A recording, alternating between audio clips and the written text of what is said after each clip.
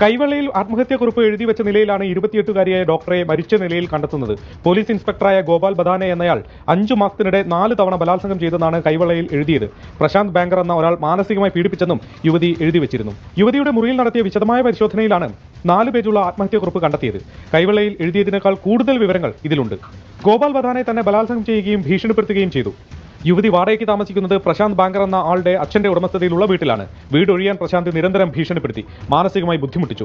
മരിക്കുന്നതിന് തൊട്ടുമുമ്പ് പ്രശാന്തുമായി സംസാരിച്ചതിന്റെ തെളിവുകളും പോലീസിന് കിട്ടിയിട്ടുണ്ട്. ആത്മഹത്യാ പ്രേരണ, ബലാത്സംഗം അടക്കം വകുപ്പുകൾ ചുമത്തിയാണ് പ്രതികൾക്കെതിരെ കേസെടുത്തത്. ഇരുവരും അറസ്റ്റിലുമായി. ഒരു MBയെ കുറിച്ചും അയാളുടെ സഹായികളെക്കുറിച്ചും ആത്മഹത്യാക്കുറിപ്പിൽ പരാമർശമുണ്ട്.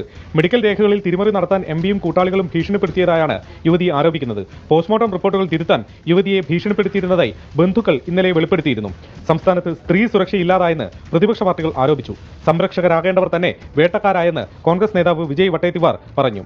എന്നാൽ ആരോപണ വിധേയനായ പോലീസ് ഉദ്യോഗസ്ഥനെ സസ്പെൻഡ് ചെയ്തെന്നും അന്വേഷണത്തിൽ വീഴ്ചയുണ്ടാകില്ലെന്നും മുഖ്യമന്ത്രി ദേവേന്ദ്ര ഫട്നാവിസ് പറയുന്നു.